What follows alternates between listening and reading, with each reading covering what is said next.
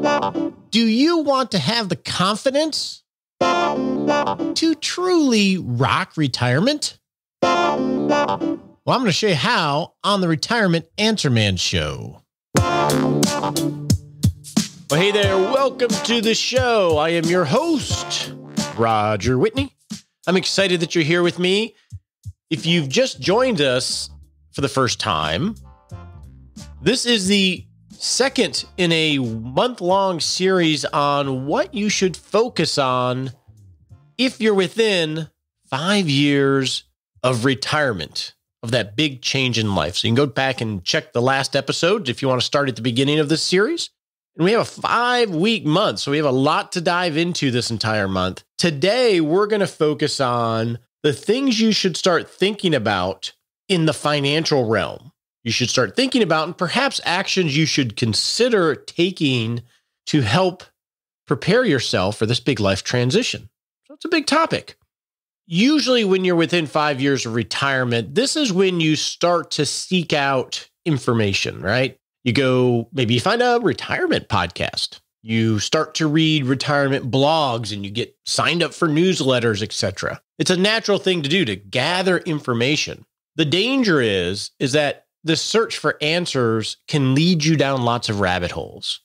The internet is a wild west of information.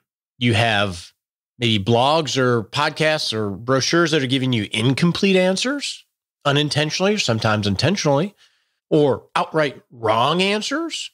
Almost all of the time, what's available is really created just to lead you down a path towards buying their product or their newsletter or their service or their advice.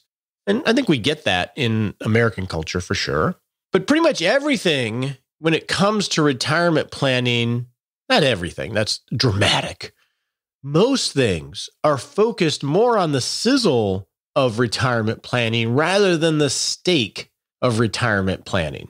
It's this way in investments too, because retirement planning, like investing successfully, is pretty mundane. It's not sexy. And you have to have sexy and excitable headlines to get people to read. I call it the financial bling of retirement planning. The accoutrements that you put on a solid retirement plan, like Roth conversion strategies or qualified charitable distributions, all these things that are really cool to talk about, but are not the main course. It's more the sizzle stuff. And the sizzle stuff can be helpful, but if you don't get the stake down, the big rocks of financial planning or retirement planning, all that fancy stuff isn't going to make much of a difference. And so today we're going to talk about these big rocks in the financial realm. So why don't we go do that?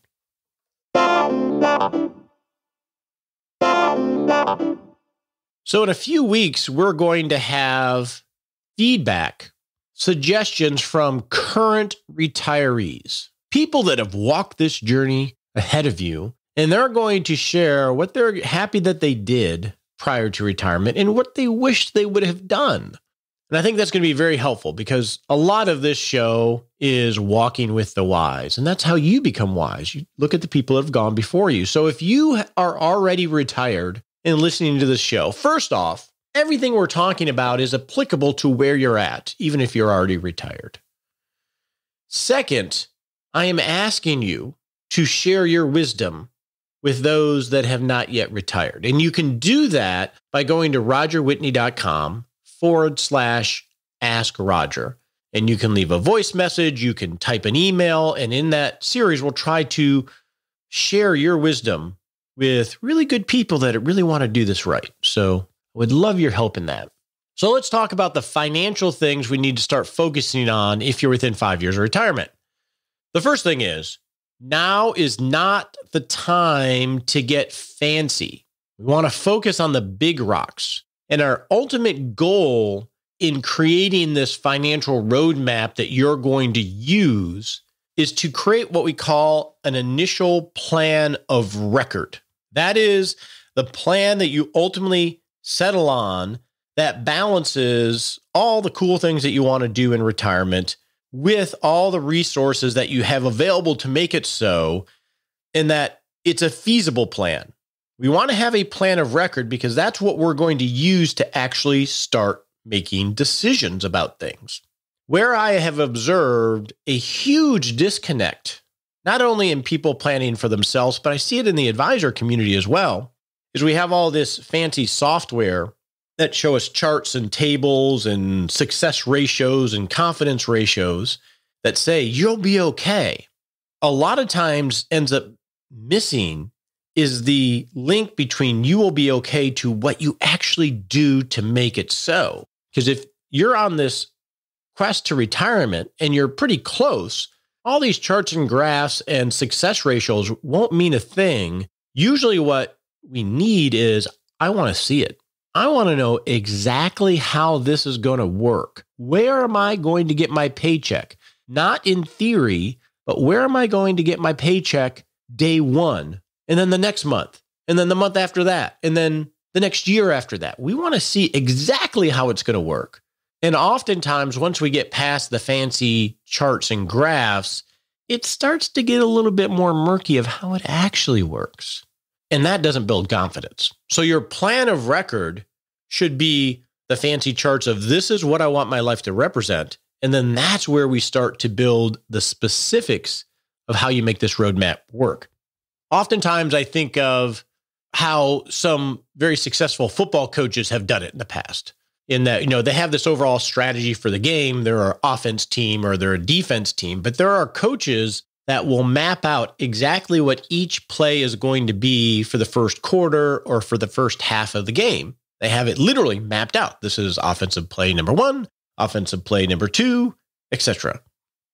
Now, when the game actually happens, do they follow that verbatim? Of course not, because the situation on the field changes because of what the other team is doing to them and what the weather is and the crowd noise and everything else. Well, retirement is very much the same way at the beginning. Once we have your plan of record in place, you're going to want to map out how the first 5 years of retirement are going to play out specifically. And we're going to talk about that because that's going to help you make decisions in how you allocate all your resources and where you focus your attention. Now, as you get closer to retirement and retire, you may not follow that 100%. You may have to blow it up and create something new based on the environment that you're retiring into. It could be a recession. It could be your health. It could be the change in dreams.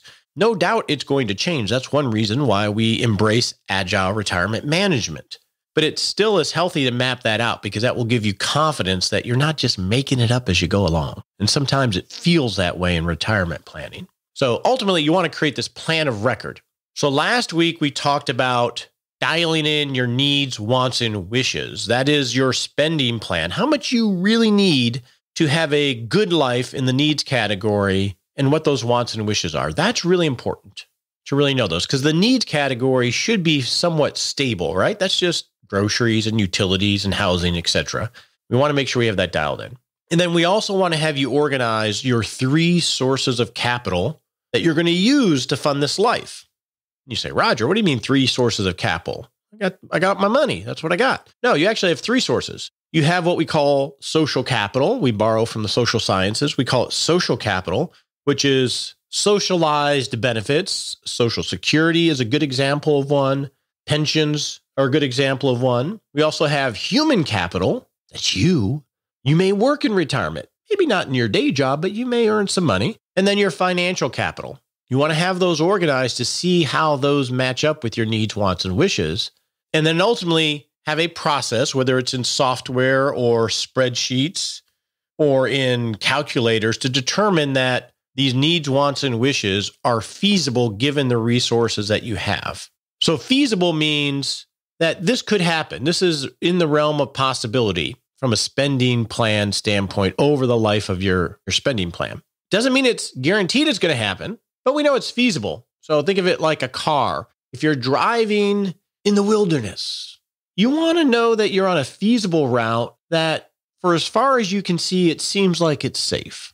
An unfeasible plan might be you're driving in the wilderness and you're driving towards a cliff and you can sort of tell it's up there, but you just keep driving anyway. That's not a feasible plan. So we want to have a feasible plan. And there are a few ways to create that. You can use spreadsheets. You can use retirement calculators. And the downside for you, I'm just going to say it, is there is no one answer to figuring this all out. There's no one spreadsheet or retirement calculator that's going to easily give you the answers. And that's uncomfortable. I was having this conversation about calculators and spreadsheets with a member of the Roth Retirement Club. We were talking about the spreadsheet that we use in our retirement masterclass, and he was asking questions about an inflation rate, and he was recreating his own based on our household balance sheet and trying to dial it in. And he's a pretty smart guy, Bob. And it's important to tweak these in. It's like calibrating a scale. And my comment to Bob was, at some point, and this is true for you too, at some point, you're going to need to find a scale. That could be a spreadsheet, that could be a retirement planning tool that you have dialed in with your needs, wants, wishes, and resources and everything else, and that you've calibrated based on the assumptions, and then that you just use. And you use it consistently over time in an agile way to make decisions. And my comment to Bob as we were doing this is like, look, at some point, we need to settle on the calibration. Because if we don't, and this is the danger, I think, for you and for everybody, is if we constantly continue to use new tools, tweak the assumptions aggressively, and we constantly keep recreating everything, we're in a worse spot. Having a good process is not using a different tool and changing it on an ongoing basis. That's literally having no process. It's better to have a thoughtfully calibrated tool, whether it's a software or a spreadsheet, that you calibrate for a period of time, and then you just keep using it consistently. It's better to use an inaccurate tool consistently than to constantly switch tools, because then you start to get data that you can compare trajectories for, because ultimately that's what you're going to be doing in retirement planning. And so I always use the scale at the house. I've been weighing myself every morning because I'm trying to lose a little bit of weight. I use the exact same scale. I know that the scale isn't accurate because it's always different than the scale I use at the doctor's. But as long as I'm using the same scale, roughly the same time of day, and I track what it's telling me, I'm going to have useful data. So you just got to decide on your tool. So once we have all this organized, what I suggest that you do is you map out the first 5 years of your retirement. And what I mean by that is you can create a simple spreadsheet where you have what income you're going to have in year 1, in year 2, in year 3, in year 4, and year 5. So you're going to have maybe some part-time work, maybe your pension kicks in, maybe you have Social Security, maybe you have zero income in year 1. But you want to map that out. And below that, you want to map out what your spending projection is for year 1, year 2, year 3, year 4, year 5. How much you need for your base needs, how much you need for healthcare, how much you need for some wants, so for that extra travel in year 1, for that car you need to buy in year 3, etc. And what you're going to have is a 5-year cash flow timeline. And at the bottom of that, you're going to have a surplus. You have more income than spending, or you're going to have a deficit. You don't have enough income to cover your spending in any given year. And the value of that is now you've identified, assuming you have a deficit, how much money you're going to need from your financial assets. You'd also include taxes in there as an expense item in each year. But once you identify how much you need from your financial capital, now you're in a position to map out, okay, given the financial capital I have, my after-tax accounts, my pre-tax accounts, IRAs, 401ks, and my Roth accounts, you can map out exactly how you're going to cover that deficit in year 1 based on which account you're going to grab it from. So if you can have this mapped out before you retire, now you have a framework to start to make some decisions on how you're actually going to fund your life. So just to use an example, let's assume that you need $100,000 from your financial capital, and you have $1 million in after-tax assets, $1 million in pre-tax assets. You can choose, do I take that $100,000 from my bank account that I have, or do I take that $100,000 from my IRA? Well, how might you make that decision? First off, it's good to know you have this framework, because now you can make this decision based off of some other factors that are out there. Maybe you have $30,000 in income from some part-time work. and you're married, well, now we know, I could take $70,000 that I need to pay for my $100,000 deficit. Maybe I take that from an IRA because I know that I'll still, for the most part, be in the 12% tax bracket. But why wouldn't I take advantage of that? Or maybe you take it all from the after-tax account and say, I still have a huge opportunity in the 12% bracket. So maybe I take it all from my after-tax account and I do a Roth conversion for $70,000 to lower my RMDs in the future. So by mapping this out, you'll start to have a dashboard where you can start thinking through some of these more nuanced decisions. I think this is critical because most people don't think through it this way. They go the other direction. I think I should do a Roth IRA conversion, and they start to work that direction rather than from step one. So your action item here, I think, is to, one, organize your needs, wants, and wishes. We've talked about that. Map out how you're going to pay for your retirement in the first 5 years, showing how much you're going to get from your human capital, your social capital, so you can isolate how much you need from your financial capital, and then map out, just like a football coach might, how you're going to pay for your life over the first 5 years. If you can have that dialed in prior to retirement, you're going to have a lot more confidence, not just simply in the Monte Carlo scenario, but in actually how you're going to pay for your life. And then you can decide, how do I secure this so I don't have to wonder where my paycheck is going to come from? Now let's talk about your human capital and your social capital. What should you do there? So one, I would do in your social capital, now is the time to check your Social Security benefit. Go log into the Social Security website, download your most recent statement so you have an estimate of what your Social Security check will be. If you're retiring very early relative to your full retirement age, they have a detailed calculator where you can map out what your more accurate Social Security estimate might be. I don't know if that's really that necessary unless you're really young in your early 50s, but just get the Social Security statement. And then two, if you do have a pension, now's the time to get an estimate on what your pension benefit will be at any given age. A good example, right now, I'm working with a client and she's about to retire. We're getting estimates on, okay, what will my benefit be if I take my pension at 62? And what will my benefit be if I take it at 65? We want to know that because that will influence when we decide to take it, because we'll be able to use those numbers in our longer term projections to see which one makes the most sense for her. So you want to understand your pension and the difference between life only and 100% survivor. So your action item is to go get your Social Security statement so you understand what that number is and you can use it in your calculations and start to understand your pension. Now on human capital, first thing you want to start thinking about is, do you want to work part-time ever, or do you need to work part-time? And this is part of creating this plan of record, because maybe there's something you want more that will have you make the choice to work part-time. For example, I would love to have this lake house for the first 5 years of retirement. Well, it's not feasible, but it is feasible if I work for the first 5 or 6 years. Maybe that's a choice that you make. So first off, you needed to figure out whether human capital is even in the equation. If it is, then you want to lay the groundwork for making sure you can actually do the human capital. And so if it is something that you want to consider, you have to decide, am I going to do this within the company that I'm in, or am I going to just do a whole new pursuit?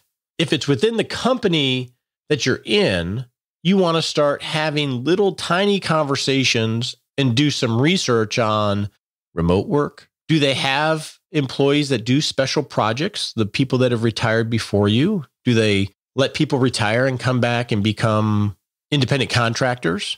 Have others done half-time work so the company can retain the intellectual capital that you've built up in that particular industry or in that department? Now's the time to do this in really small bites, because it's one thing different than to do some research and just start entering those kind of ideas into general conversations that are really low risk to, say, your boss or the department that you're in. That's a much better way to nuance it than you're getting ready to retire and then you schedule a meeting and you pop it on that you would like to do half-time work and they have to make a decision right there. That's a lot higher stakes kind of conversation than over a few years essentially lobbying for the opportunity to do those things. And if your pursuit is not going to be in your company, Perhaps it's in your industry. So that means you would want to start to refresh that network and keep that current and keep an ear for consulting opportunities within your network and within your industry. Or if it's going to be something totally outside of your industry, now's the time to figure out how do you practice that. I have a really good example. I think it's a good example. I remember this is 5-6 years ago. I had a gentleman I was working with, and he wanted to work part-time when he was retiring, and he always loved being outside. So he said he was going to start just a small lawn mowing company. He loved to do yards, and he made an estimate of what he thought he would earn, and he'd have a small crew, etc. And he had started down the path of, well, I'm going to put aside this much money because I want to buy all this equipment. I want to have 3 teams going, and I'm going to work on it. And it became this big project that he was going to do and was going to require some capital. So as we talked about it, we framed a different path. It was, rather than assume it's going to be this company and that you do all this big stuff at once, why don't you practice? Why don't you set some boundaries in your work life and then just start mowing a yard or 2 in your neighborhood? You can start doing it yourself because you say you love to do it. Buy some used equipment where you can do it. And then if you're enjoying that, maybe just hire 1 or 2 people to do it for you, and just for those 1 or 2 yards, and see how this goes. And that way you're laying the groundwork for when you actually retire, but you're also doing what they call an MVP in the startup space. You're making a minimal viable product. Rather than go all in on starting your lawn company, you're taking your mower and you're just going doing a yard or 2 or paying a kid down the street to do the yard for you. That's a minimal viable product, a very small investment of time and money. That way, if you realize, this is hard. People are always saying, making me come back, or they're very particular and I don't like doing that, or hiring people and managing them isn't really my gig, or it's just too hot out. I don't really want to do this. That way you don't have a lot invested in it. So you can start practicing what you might want to do so you can see whether it's really something you want to lean into. Now in cash flow, let's go to cash flow. Here you are within 5 years of retirement. You have a decision to make on where do you invest your excess cash flow? Because no doubt for decades, you've been putting money in your 401k plan and maximizing all the automatic investment programs that helped you build this wealth that you've created. Now's the time you want to reconsider where you're directing that money, because most likely it's in tax-deferred investments like a 401k. And the value of that is this huge timeline you have for deferral of monies. Well, when you're close to retirement, your timeline isn't really that big, because if you've mapped out that you're going to have a deficit in the first 5 years of retirement that you're going to have to cover, and maybe you don't have the after-tax assets to do it, you could be investing in tax-deferred assets, only have to take it out a year or 2 from now. Or maybe you have some debt that you want to clean up on your balance sheet. Or maybe you have some larger purchases that you would like to get out of the way before you retire. Maybe it's getting the new cars, so you have up-to-date cars, so you don't have to do that right after retirement, because that's a big purchase that could force you to take money out of, say, a 401k. So you want to really reassess this. And I would suggest that you consider, number 1, building up your reserves, your cash reserves, as you approach retirement, paying off debt if you have debt, especially other than the mortgage, considering redirecting cash flow to re-nesting and doing some improvements on the home, or purchasing bigger items that you know you're going to purchase anyway, and then also building up cash reserves to help cover those 5 years of retirement. I think those are really important places that you need to put money, especially if you've looked at your financial capital and you realize, I don't have a lot of after-tax assets. Almost all of my money is in IRAs or 401ks, etc. And maybe I have some after-tax assets, but not a lot. This is very typical. In fact, even for me, I look at my financial assets and I'm way overweighted in tax-deferred assets. And although I don't have any plan on retiring anytime soon, I've adjusted my cash flow to start contributing to Roth type of accounts and after-tax assets so I can have liquidity in that portion of my balance sheet. These are the kind of things that you're going to want to map out. And if you can start doing this early, you can help give yourself more options for your future self. And that's really the crux of what we're talking about here is laying the groundwork, creating this plan of record so we can look at what our future self, our post-retirement self is going to have to deal with, and then identify how we make little changes today that will give ourselves more options later on.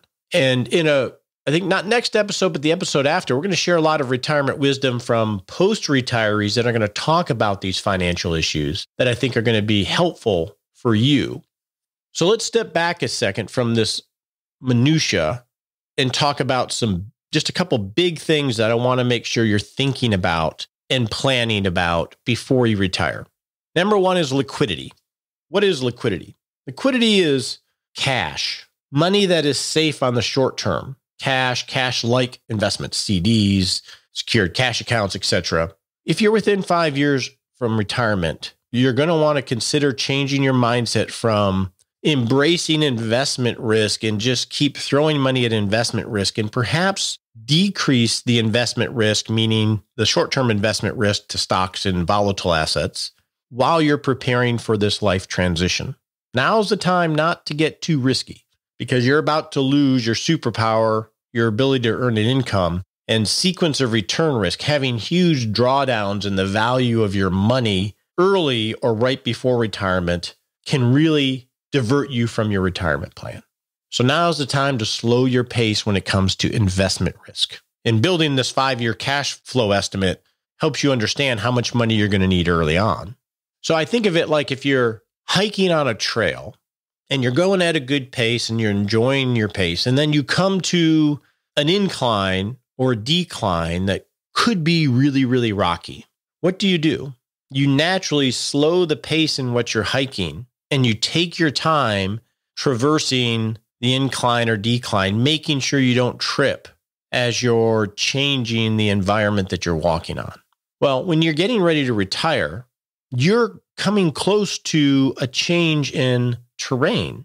You're losing your income, you're going to stop saving, and you're going to rely a lot more on your investment assets. You're going to want to slow the pace that you're going at.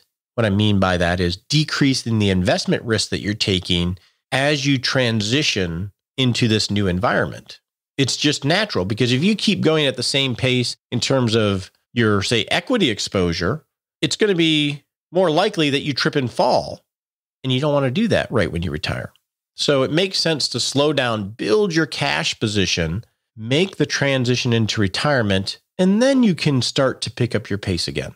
It's just not worth the risk of having your assets go down by 20, 30, maybe 50% just because the markets decide to, and then have your whole retirement derailed. So risk and liquidity, you really want to get dialed in right now. Next is tax diversification. We've talked about that, having more, not just pre-tax assets, but tax-free assets. So in the financial realm, these are the things that I think you should start focusing on here if you're within 5 years of retirement.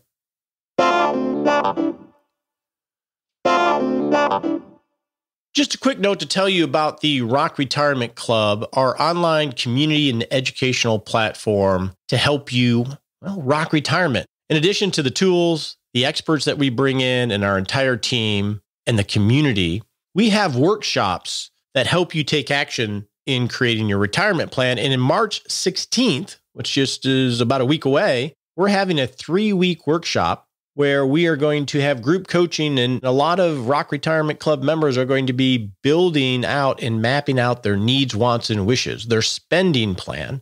And we would love for you to join us if you're on this journey, and you can go to rockretirementclub.com to learn more and join the club and participate in this workshop. And we have a 30-day money-back guarantee. So you could actually go into the workshop, and if you don't think the club is right for you, you can leave. Now, let's get to your questions and answers.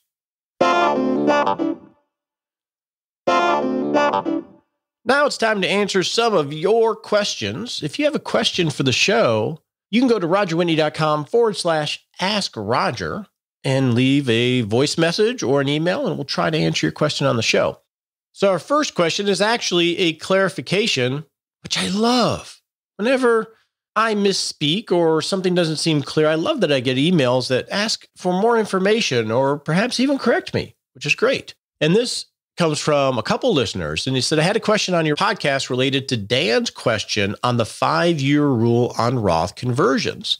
Isn't there an exception to that rule for conversions when you're over 59.5? He was just wondering. And yes, you are correct. Once you're over 59.5, the 5-year rule doesn't apply. Because the whole purpose of the 5-year rule is to prevent somebody from converting and then withdrawing money to avoid, say, the 10% penalty if they're under 59.5. And although my answer was correct, it wasn't complete. So hard to get all the aspects of this right sometimes. So thank you so much for all the people that asked that question or clarified it so I can make sure we help Dan out here. So our first question comes from John on real estate syndications. John asked, do you have any experience with these? Can you tell us about it, good or bad?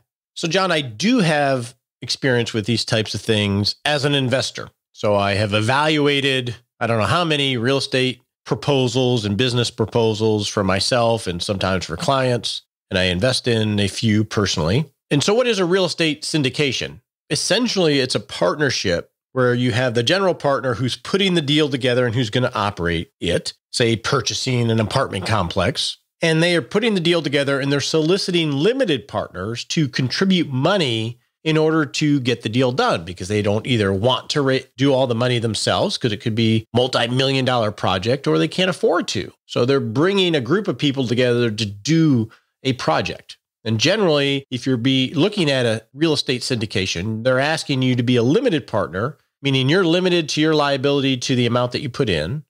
And you get to participate as a partial owner in the execution of this project. So are they good or bad? They're neither good or bad. It depends on the syndication. The structure, I think, is solid and it's well proven over time.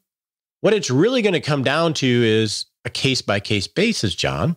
So when you look at a real estate syndication, the first thing you need to understand is there are a countless number of people trying to put these together, from first-timers to really dialed in operations. And it's up to you to decide who they are and whether they have not just the smarts, but the ability to make the deal happen. So you're betting on whomever is putting this together. And that means there's a lot of due diligence on your end. And now we have these syndication clearinghouses where you can take parts in lots of different things and not even really know who they are. And I've not participated in any of those. But here are a couple things that you're going to want to look at if you're looking at a real estate syndication. Number one is you're going to want to look at the team. What is their track record? What is their capitalization? And do they have any proven history of doing this type of transaction? For an example, let's assume it's an apartment complex that's going to be bought and someone's soliciting money for it. What you'll see in the proposal is this is the apartment complex and here's the value of it currently. Here's the average rent. Here's the turnover rate and vacancy rate, et cetera. And here's how it relates to the area that it's in. And let's assume the proposal is to buy this apartment complex and then do these improvements to the complex, whether physical or operationally. And as a result of doing these things, we're going to increase the rent roll, decrease vacancies, and increase the overall value of the assets. And we think based on our projections, we can increase the cash flow or the return on the property by this percentage. And they'll likely have lots of financial data demonstrating what is and what they're going to do and how much it will cost and what they think they can get at the tail end of it. Now, you can dive into all of those numbers in detail, but ultimately you're betting on the team that is going to execute it. I mean, quibbling over their assumptions on how much they think they can do the improvements for or what they think they can increase rent for. Quibbling over those is, you can do it. Really, you just want to know if they seem somewhat reasonable, but ultimately you're betting on the team and their track record because they're going to control everything. Once you put your dollar in, you don't get to vote on anything. They either execute or they don't. So that's why knowing the people involved is really important. The other part of it is how much leverage they're using to do the deal. The more leverage, the more risk or the less buffer they have for their projections being wrong. So personally, I'm not into very highly leveraged real estate because I want some buffer. I'm not trying to turn $1 into $1 zillion. I just want to have a good, stable return, hopefully. And so this can be really hard, John. So I think you want to be careful. Generally, what I have found, because I don't go seek these type of things out for anybody, Generally, what I have found in the ones that I've invested in or I've seen clients do is they're doing it with people that they know, people that they end up having this small little group where they're all sort of doing the same things together and they're all helping watch each other's back. Because regardless of what the documents say, if something goes awry, everybody's going to have the right spirit of getting along. So I think, John, in this age of looking for stable returns outside of equity markets and the availability of syndications, we're getting thrown these things without a lot of due diligence on our own end. I think we need to be careful because these things are a little bit more binary. Once you're in them, you can't really get out of them. They either perform as expected, maybe they do really well, but when they go wrong, they go really, really wrong. And when they go wrong, you could either lose all your capital, or they may come to the limited partners and say, hey, we just went through all this. We need to raise more money to deal with something. You can either put in more money or your share percentage is going to get diluted. And those are really your options. So it's easy to get into, sort of like a timeshare that way. Very easy to get into, very hard to get out of. So I would just be careful with these type of things. And unless this is an area that you play in regularly and have a network, be very cautious with them. Our next question comes from Greg in regards to paying off a mortgage or doing a Roth conversion. Greg says that he is 63 years old, and he says, let's say we have $60,000 left to pay off the house and about the same amount available to us for a Roth conversion and still stay within our current tax bracket. Which is the smarter move? Our portfolio is about $1 million, about $150,000 of that is in Roth. It's an interesting question, Greg, and these type of questions come up all the time. What if I did this or I did that? And that's one reason why I think it's so essential to have a measuring tool in your financial plan so you can create what if scenarios. Because I would say the correct way of answering this, Greg, is to take your plan of record and how you've mapped out how you're going to make it happen, like we've talked about, and then create a what if scenario of paying off the mortgage and what that does to your expenses and how you're going to pay for your expenses, and creating a what if scenario of doing the Roth conversion and that how that makes your cash flow plan look, and then comparing them together and also looking at what it does to your balance sheet. Because one thing we don't know, you say you have a portfolio of $1 million with $150,000 in Roth. There's some missing pieces of information here that you'll need to know this. One is we don't know how much of that $850,000 is in an IRA and whether it's you have after-tax assets to pay the house off or whether it's going to be a IRA distribution. But some of the important levers here for you to consider, Greg, are one, would paying off the house allow us to stay in a lower tax bracket for longer because we're not going to need to draw as much from our IRA to pay for life? Maybe over a multi-year basis, it makes sense to pay off the house because you're going to have less demands on IRA withdrawals. That's one thing to consider. The other is you'll want to be careful if paying off the house is going to drain all of your after-tax assets. Again, we don't know what you have because you don't want to zap your liquidity necessarily of all your after-tax assets, because then you may have no choice in the future forever to have taxable income out in the form of IRA distributions. So we want to be careful about that. Another consideration here, Greg, that you're going to want to map out is, do I need to do Roth conversions in the first place? You're 63 and you say you have $1 million in your portfolio, 150 of that being Roth. So we're going to assume that you have $850,000 in IRAs for this discussion. So if that's the case, one thing that you're going to want to determine is, well, what is my required minimum distribution look like when I'm 72? So if you're 63 and you have $850,000, if we assume that that grows at 5% a year between now and when you're 72, the required minimum distribution using current tables in 2030 are going to be about $51,500 a year. If you're $850,000, 5% return until 2030, that means you'll have roughly $1.3 million in IRA assets. And if we apply the distribution divisor that is currently in place for required minimum distributions, your distribution would have to be about $51,000 a year. So a lot of the reason we do Roth conversions are one, to prepay tax now at the current rates, which could be an argument. The other reason is because we're trying to minimize our required minimum distributions later in life because we'll have no choice but to take that income, which could move us up into a much higher tax bracket. And in your case, it doesn't look like that's necessarily a problem. So I would consider those things when you're trying to figure out whether to pay off your mortgage or your Roth conversion. The answer may be that you don't do either. Maybe you have a very low mortgage interest and you just allow that to pay so you can leave those after-tax dollars growing and not have to take tax consequences. Possibly, rather than do a Roth conversion, you take the money out and put it onto your after-tax balance sheet and invest it and pay the 12% tax. And now you have more after-tax assets for something that might occur between now and then. The key here, Greg, is to have your dashboard so you can create the what-if scenarios and do projections on each. And that will tease out what the right answer is for you. Our last question comes from Mitch in relation to Retirement Plan Live. He said he watched Trisha's retirement plan and also went back to listen to Carl's original Retirement Plan Live.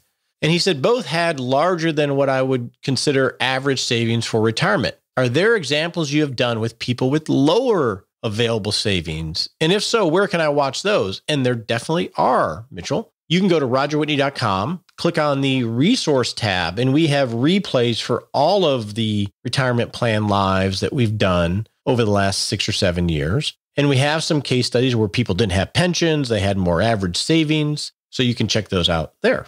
With that, let's get to our SMART Sprint. On your marks, get set.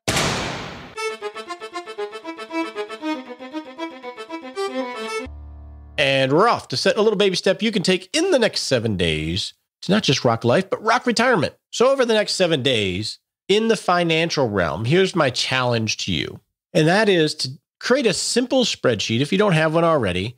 Well, now that you've dialed in your needs, wants, and wishes, create a simple spreadsheet that maps out the first 5 years of retirement, showing what income you're going to have and offsetting by what you think your spending will be for each one of those years, so you can identify the deficit that you're going to need to fund in each of those 5 years. If you can do that, just your first iteration of it, don't make it a bigger project than it needs to be, you're going to start framing how you're going to pay for life, and that's going to help give you more clarity, which will help give you confidence in rocking retirement.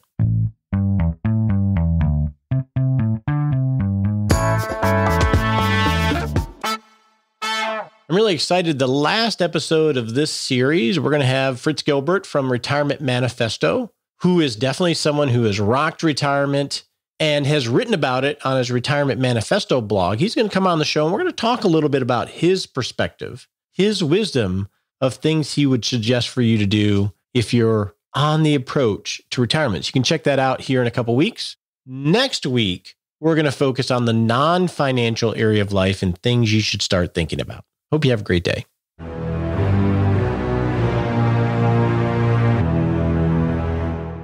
Hey, it's time for that all-important disclaimer. We so appreciate you listening to the show and love your questions and love the teaching that we're able to provide here. And actually, it helps us too. But remember, you're not our clients. Not love it if you took advice from us on the show.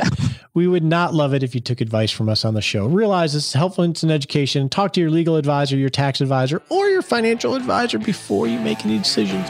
We appreciate you joining us today for this episode of Retirement Answer Man. Be sure to visit rogerwhitney.com/answers to access the Retirement Answer Library with over 30 checklists to help you make the most of the only life you have. Remember, you have more power than you realize to create an amazing life starting today with Retirement Answer Man. The opinions voiced in this material are for general information only and are not intended to provide specific advice or recommendations for any individual. All performance referenced is historical and no guarantee of future results. All indices are unmanaged and may not be invested into directly. Have a wonderful day.